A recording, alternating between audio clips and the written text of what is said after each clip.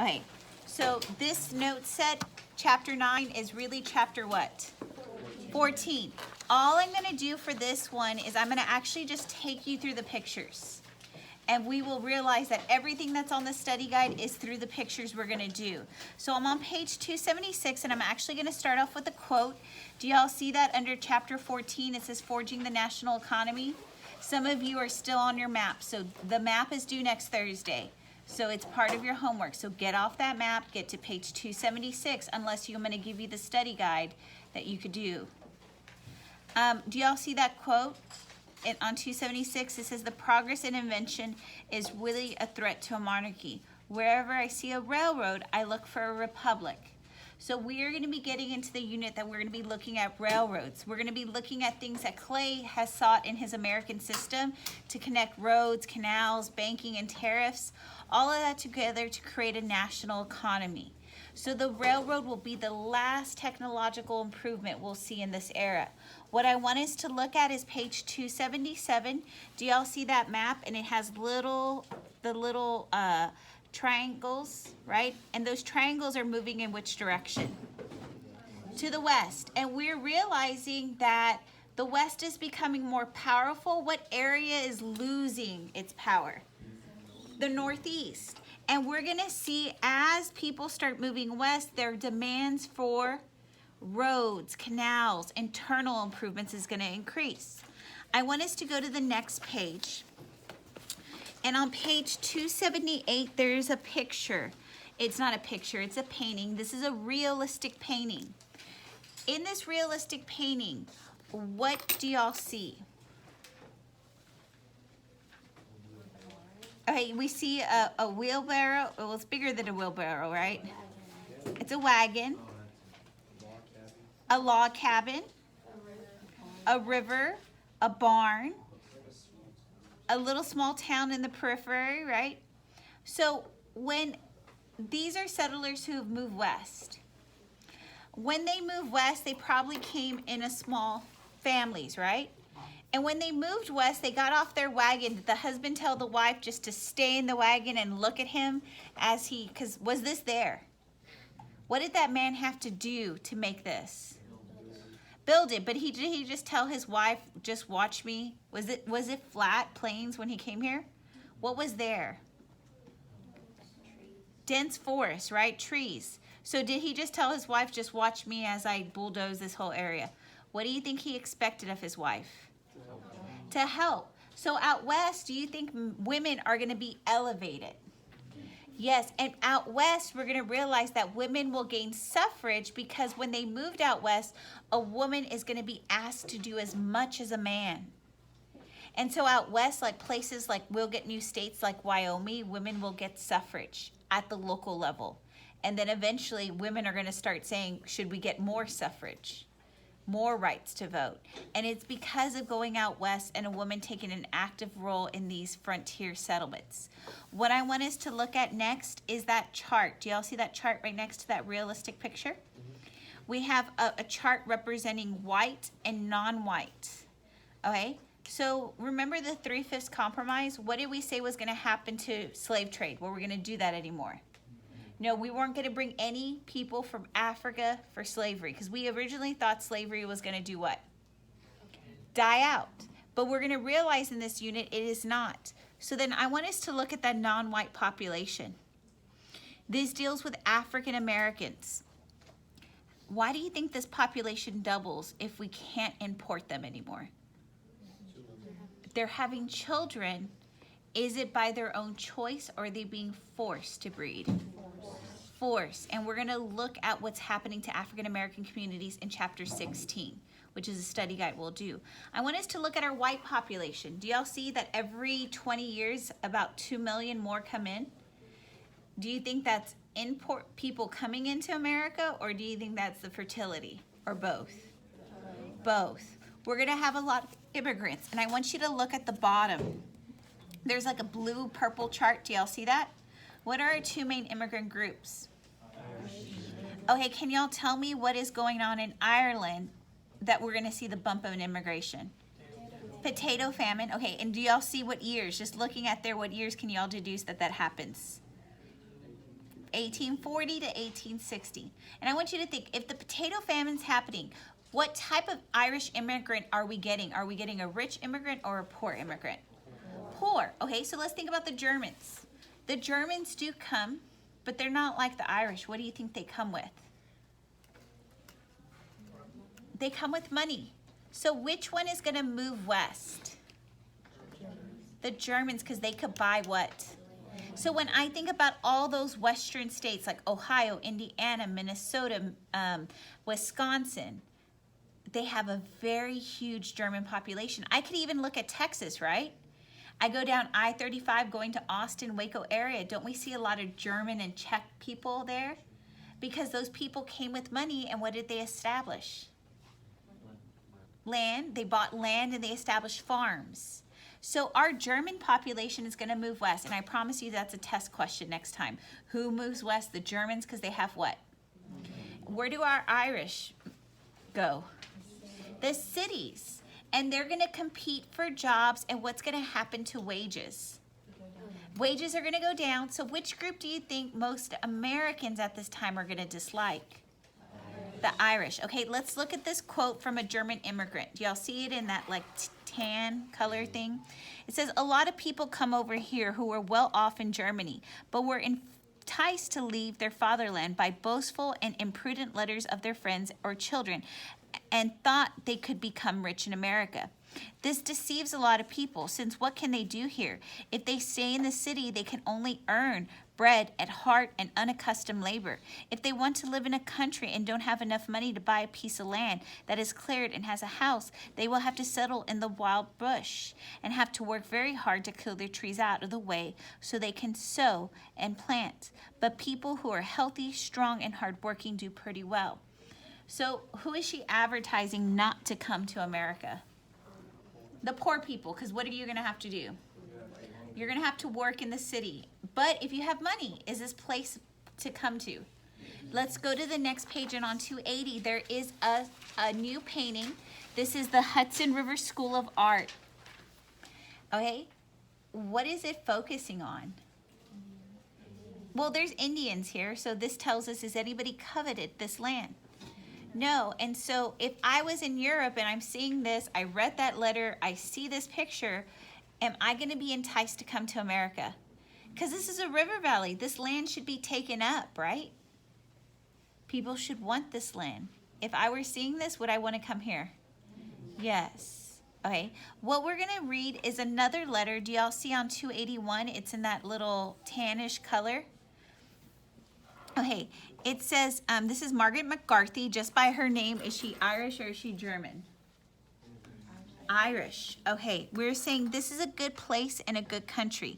But there's one thing that is ruining this place. The immigrants have not enough money to take themselves to the interior of the country, which obliges them to remain here in New York and the like places, which causes the less demand for labor and also the great reduction in wages. For this reason, I would advise no one to come to America that would not have some money after landing here that would enable them to go west in case they get no work to do here. So,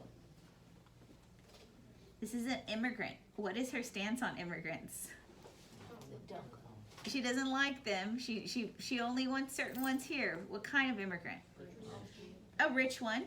Okay, which kind does she not want? Because what do the poor do with the wages?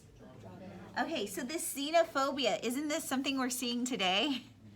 Yes, xenophobia, this fear of the immigrant, has been something that we're going to see all the way back to 1820 in America. And we're going to see that this is the same, isn't this the same discourse we're having here? Well, not us, not every one of them is, but aren't people looking at the Honduras caravan and saying, not my country, don't come here? And because what are they saying these people are going to be, just like Margaret McCarthy? Oh, they're going to be the poor that are doing what to wages? Bringing it down. Okay, and so what we're going to look at is there's another quote over here. I want you to go to page 285, and there's a quote. You probably saw this name on y'all's test today. The strong anti-foreignism was reflected in the platform of the American Know Nothing Party. Now remember that was one of the answer choices. You're like, that's not real. It is. Okay, so the Know Nothing Party. It says Americans must rule America, and to this end, native-born citizens should be selected for all state, federal, municipal offices of government, employment, in preference of their naturalized citizens. So what party would be affected? What party would the immigrants go to? Democrats, but this is trying to do what to the Democratic power? Increase it or decrease it? Decrease. So again, our first party that takes a strong stance on immigration is the Know Nothing Party. They know nothing except they don't like what? Immigrants. So I want us to look at a political cartoon on the opposite side on page 284. Okay, there's a lot going on, and it's not a costume party. It is not Halloween. But tell me how these guys are dressed. Beer and what? And whiskey. So who do you think the beer is supposed to represent? The German. Who do you think the whiskey is supposed to represent? Okay, and they're frolicking, right? But what is it that they're carrying? Ballot box. Okay, do y'all see in the periphery, if we look in the back, do y'all see anything that y'all could recognize? People fighting. The American flag. They're at the polls. So these immigrants, we know they're running off with the ballot box, right? We know they're going to be able to vote in 5 years. But this deals with something that is being unsaid here. It's called a political machine. So these immigrants come over. Do they have money? No. Do they have jobs? Do they have a home? So often political machines are just like what they sound. They're going to be involved in politics, but they're not going to be involved for a job. These people are, like, you know, when you want to buy shoes, you go to a shoe store, right? Well, when a politician wants to get votes, he goes to a political machine. Who do you think the political machine is getting the votes from? Immigrants. In exchange, what do they say? You go to the polls, and what are they going to give them? Money, or in this picture, what are they going to give them? Beer. But don't you think when these guys get off the ship, the political machines are right there saying, hey, do you need a job? Do you need help? And they're bribing them so that in the future, what do they owe the political machine? The vote. And so at this time in 1820 all the way up to 1860, we're going to have record totals at the polls. And people are going to be like, democracy is great. But is it, if looking at this? Who is being bribed? The immigrants. And is it true democracy? Are they voting for people in office that they have no clue? Okay, so we'll eventually talk about the end of the political machine. But y'all get, is that outside information from this? Okay, so do you understand why people are going to be anti-immigrant? Because they're going to say the immigrants are doing what at the polls? They're ruining what? Democracy. And this is going to lead to one of the reformers saying that we need to educate our immigrants, educate their children on democracy. Okay, let's go to the next page on 286. Do y'all see this little German town? Okay, so as they move out west, our Germans will create communities. Another group of people who come to America are the Amish. And I just want you to look at this picture because the Amish do frown upon technology, but what they have here is a steel plow. And a steel plow is going to be helpful as we move west because the wooden plows would break, but this steel plow is going to be able to break up the land so they could put seeds, but they're actually riding it, collecting the food, right? So we're going to talk about steel plows, one of our inventions of this time. Let's go to page 289, okay? Y'all probably know this image on page 289 in the blue picture. What is that? Okay, they said slavery was going to die out because originally in colonial America, most slaves worked on what type of plantation? Colonial America, they worked on tobacco. But one of the things is cotton could not survive in America because it was long staple. And it took a lot of effort to take the cotton off. But with the invention and cross-pollination of stuff, we're going to see short staple cotton comes out. And then Eli Whitney invents the cotton gin that separates the seed away from the cotton. And so now an institution they felt was going to die is now what? It's revived. And so do y'all get back from the beginning where I started talking about why is the African American population exploding? This is the reason why. This invention leads to the great demand of what? Slavery. And can I look as a cause of the Civil War is our market revolution, the new technologies. Okay, that's another thing. Another thing is interchangeable parts. Eli Whitney creates the cotton gin. He creates interchangeable parts, which we could use in guns. Does he kind of filter the Civil War now? Okay, so what I want us to look at is on page 288. This is a textile mill. It's on the other side. This textile mill is very tall. Usually textile mills don't need to be that tall. And there's a picture inside the mill. Who's working inside this mill? Women. Work will be segregated by the gender. Women will work at this mill, but I want to show you a better picture of this mill. Go to page 293. This is the inside of this mill, and I want you to look at these girls. Are they upper class, middle class, or lower class just by their dress? They're middle class. And most of these textile mills, they're water powered, so they need to be near water. So where do I have my most rivers? The South, the West, or New England? New England. These are New England farm girls. Are their parents' farms doing well in New England? So their parents, can they marry off these girls? No, because they don't have what? At this time when you're going to marry your daughter off, what do you need? A dowry. And so many of these farmers have learned that they could send their girls to the textile mill. They'll work there. Do they look like middle class girls? Remember I showed you that textile mill and it was very tall? Because what do you think's at the top of that textile mill? Room and board for these girls. They're staying there. There is a church. There is schooling. Because these girls are expected to cultivate certain virtues, right?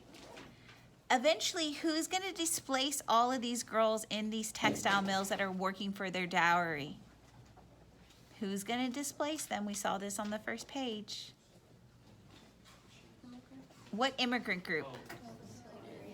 Irish are going to replace them. Okay, so we know that, do y'all see on the next page right here? All right, we'll finish up later.